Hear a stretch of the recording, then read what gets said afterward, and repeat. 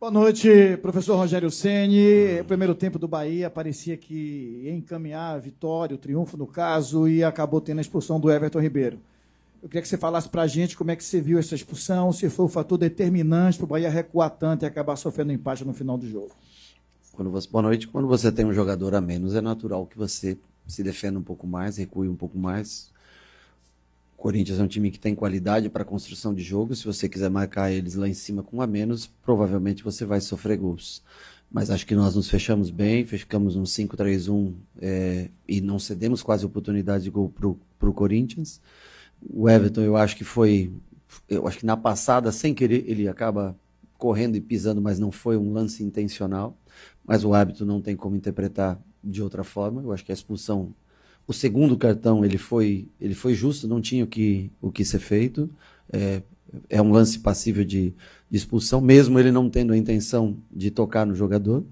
E o time se postou bem, eu acho que muito pelo contrário, com exceção do lance do gol, onde nós balançamos de uma maneira um pouquinho errada, mas de se louvar a maneira com que todos se comportaram dentro de campo, de se elogiar a dedicação de todos eles, que o Corinthians praticamente não teve oportunidade de gol, não teve. Um ou outro errinho nosso ali de marcação, mas a doação de todos, a vontade de todos, o desejo de vencer. Eu acho que mesmo com 10 ainda tivemos oportunidade de sair em contra-ataques e fazer uma boa escolha para matar o jogo. Tivemos uma maior expectativa de gol, tanto no segundo tempo, jogamos 45 minutos com um jogador a menos. Então, assim, eu acho que primeiro se destacar é a entrega de todos, a maneira como se comportaram dentro de campo, a luta, a dedicação de todos. Esse é o principal para mim. Boa noite, Rogério. O Bahia fez um belo jogo até o momento da expulsão, que é normal, óbvio. Mas o Bahia tem tido falhas no sistema defensivo, bolas aéreas, toma outro gol dessa forma e os gols perdidos. Com 1 minuto e meio, quando teve o segundo tempo, 2 grandes oportunidades. Uma do Lúcio e outra do Ademir. O que é que fazer? O que fazer? Repetir, treinar, continuar criando e ter mais frieza para concluir a gol. Tivemos 2 grandes chances no comecinho do segundo tempo. Realmente poderíamos ter feito 2-0 ali. E com 1 a menos não é fácil. Nós colocamos um terceiro zagueiro para tentar defender um perímetro maior da área, porque eles já colocaram mais um 9, tinham mais o João Pedro, que era mais um zagueiro alto também, que tinha nas bolas paradas, que ia para a área. Defendemos bem. Por mais que cruzamentos existiram, o único cruzamento com uma chance real de cabeceio foi o que gerou a bola na trave e entrou ao gol. Então, assim, eu não vejo um jogo contra uma grande equipe do futebol brasileiro. Eu acho que nós jogamos relativamente superior, enquanto tivemos em condições de igualdade. E depois, eu acho que se defender também é uma arte. Nós não jogamos mal depois que o Everton foi expulso, mas pelo propósito que o jogo ficou, na maneira como o jogo ficou, eu acho que nós fizemos um bom jogo de forma defensiva. Faltou um pouco de tranquilidade toda vez que nós recuperávamos a bola.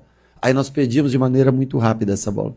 Então, às vezes o Nico ia sair, perdia a bola não conseguiu, o Lúcio não conseguiu suportar tanto essa bola, mas não é fácil, porque ele correu por 2 praticamente o Lúcio para tentar no movimento defensivo. Faltou poucos minutos, eu acho, para a gente conseguir o sucesso do 1-0.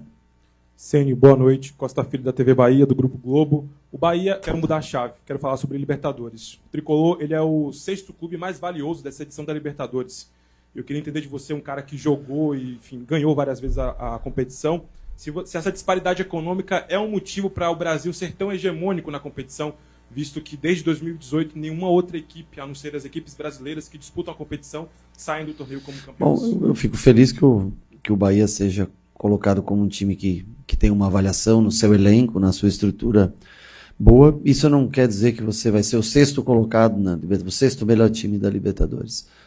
Mostra que há um investimento, que o time vem crescendo e que a gente tem condições de lutar em questão de igualdade com outros times que têm mais experiência, que já ganharam a competição. Então a dificuldade está aí. Vocês viram o Inter ontem jogando contra o Flamengo, a qualidade do time do Inter jogando no Maracanã, fora de casa contra o Flamengo. Nós vamos enfrentar adversários duros, como é o Corinthians hoje, no jogo de hoje. Mostra que a gente está crescendo, evoluindo, mas o gasto econômico, o investimento, o valor, ele não reflete porque você tem que ser aquele colocado. Você pode chegar mais longe, Infelizmente, você, por falta de experiência na competição, às vezes você também pode tropeçar. Boa noite, Rogério. Yuri Vieira para o canal Sou Mais Bahia. A pergunta é referente ao Luciano Juba. Nós vimos um Juba hoje, fez uma grande partida, especialmente no primeiro tempo. Mas nós vimos um Juba horas fechando na saída de trem.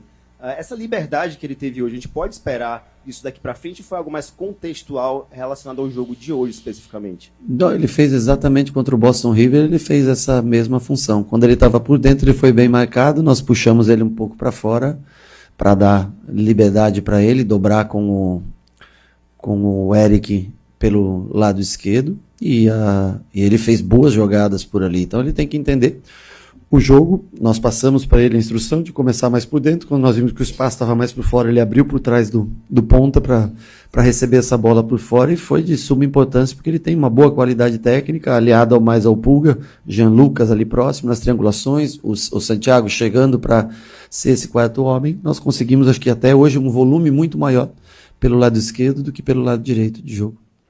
Boa noite, professor. A gente teve um Bavi que foi muito físico, hoje, novamente, um jogo muito físico, e com um jogo que se avizinha de Libertadores, que são 6 finais, né? São 3 jogos agora em abril, 3 jogos em maio. E eu senti falta, particularmente, de uma reposição pelo lado do campo, para dar mais velocidade, para continuar dando o trabalho que Pulga e Ademir dão pelos lados, que só ficou com o Lúcio, e o senhor recompôs mais, fez 2 linhas atrás. O Bahia vai estar no mercado para buscar essa peça, ou vai buscar na base algum jogador para poder suprir essa posição, essa carência? Bom, na base nós temos com característica parecida o Juan Pablo, né? Que acho que fez gol até hoje em jogo da seleção, se eu não me engano, não sei nem quanto acabou, mas estava 1-0 quando eu estava assistindo, 2-0. Que é um jogador de 17 anos de idade, jovem ainda, que tem muito a aprender, mas que tem muito potencial. O clube confia muito no desenvolvimento dele ao longo prazo.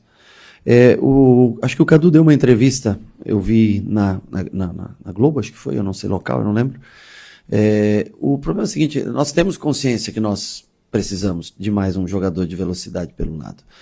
O problema é que é uma janela onde só tem o mercado interno, os valores estão extremamente caros para você trazer um jogador, e às vezes você, no momento do calor de necessidade, você vai e gasta um valor absurdo e nem sempre contrata aquilo que você quer. Então, a gente tem que ter um pouco de paciência, porque se você faz uma contratação errada, ela impacta muito no lado financeiro. Eu já falei, as pessoas têm uma ilusão que aqui é dinheiro infinito. Não é, é uma questão de débito, crédito, entrada e saída de dinheiro, tem um fluxo. Todo mundo gostaria de melhorar o elenco, de ter mais uma peça de velocidade, de ter mais um defensor, todo mundo gostaria. Então é uma questão da gente tentar não se lesionar, mas é verdadeiro que na saída dos 2 velocistas, de um deles, nós temos que sempre mudar a maneira de jogar.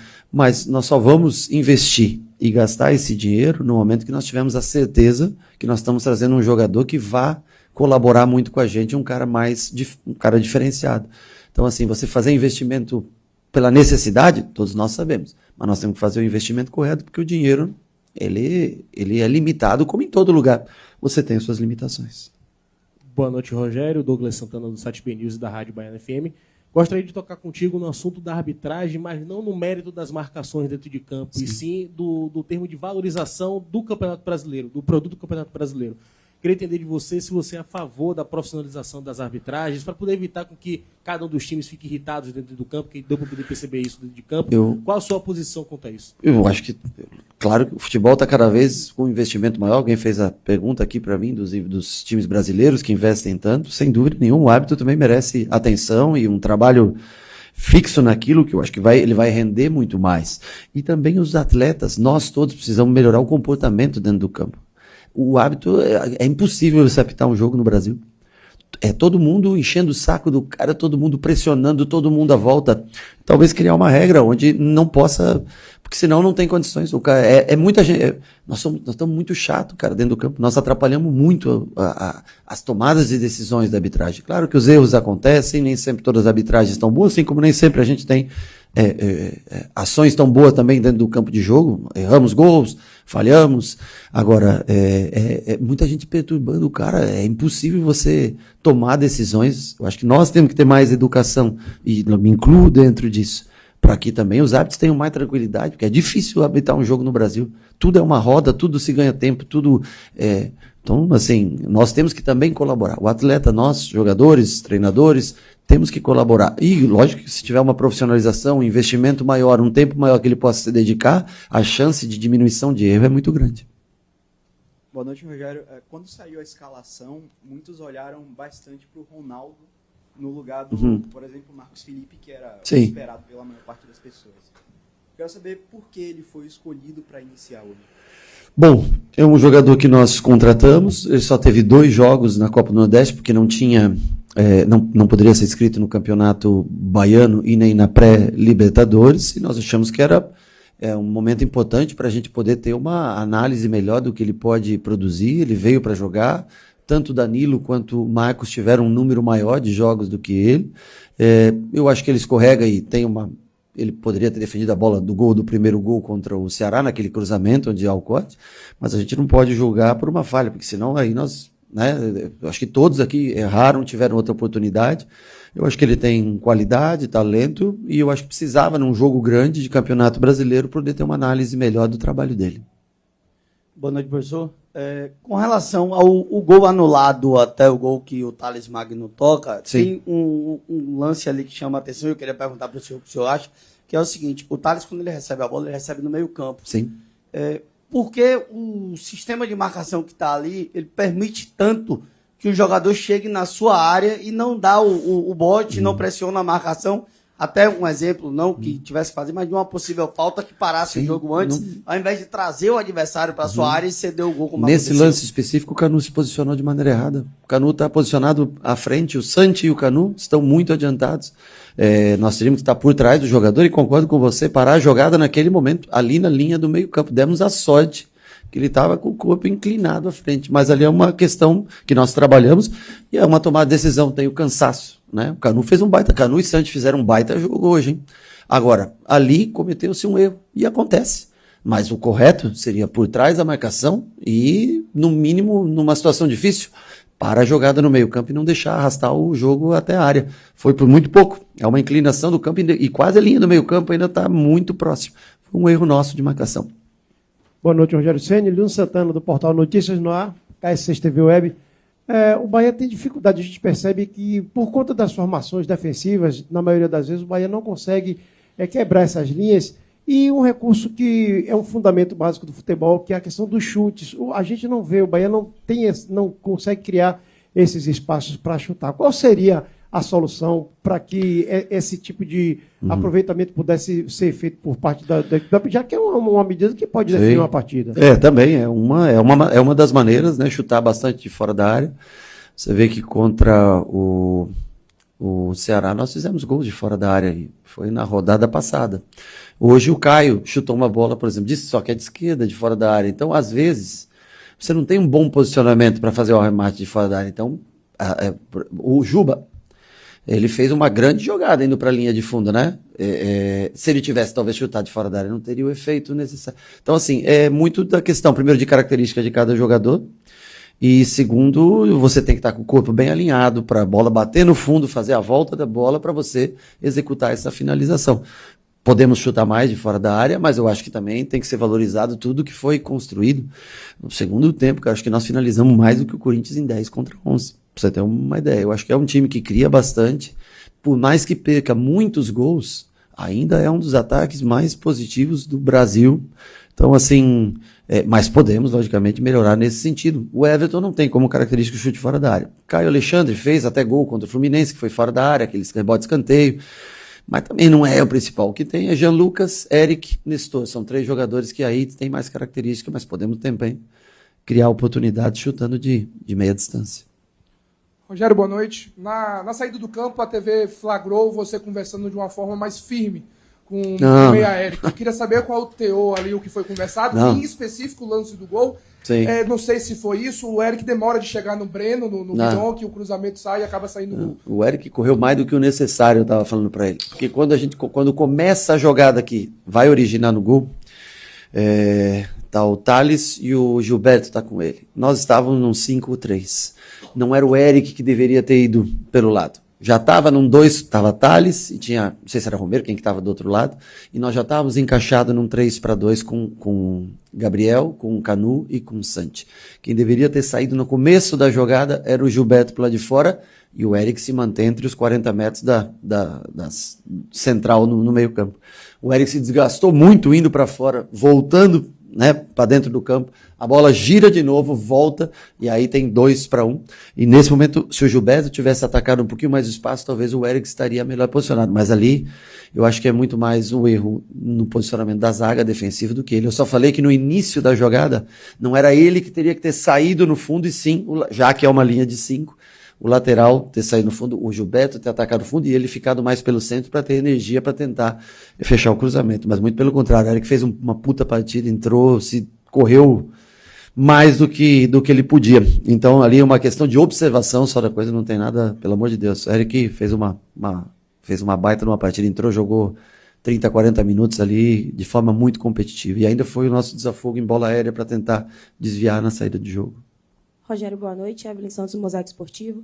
O Bahia tem um modelo de jogo bem definido e estruturado, fruto de um trabalho contínuo. Diante disso, como a equipe equilibra a fidelidade a essa identidade com a necessidade de adaptação às variações táticas e estratégicas impostas por grandes adversários? Bom, nós temos uma maneira de jogar que é bem tradicional, nossa, que é posse de bola, aproximação, passes, tentando atingir amplitude, finalizações. E uma maneira de defender em linha alta, na pressão, e defender em bloco baixo. Nós trabalhamos isso quase todos os dias. Construção, construção, construção, e algumas vezes o balanço da equipe. No 5-3-1, nós não havíamos ficado praticamente ainda. Nosso time raramente se vai lembrar de uma expulsão nossa. Eu vou lembrar da expulsão do Arias no último minuto do jogo contra o Flamengo, naquela ocasião do pênalti em cima do Michael, se eu não me engano, que foi em cima dele. Mas nós não temos praticamente expulsões, né?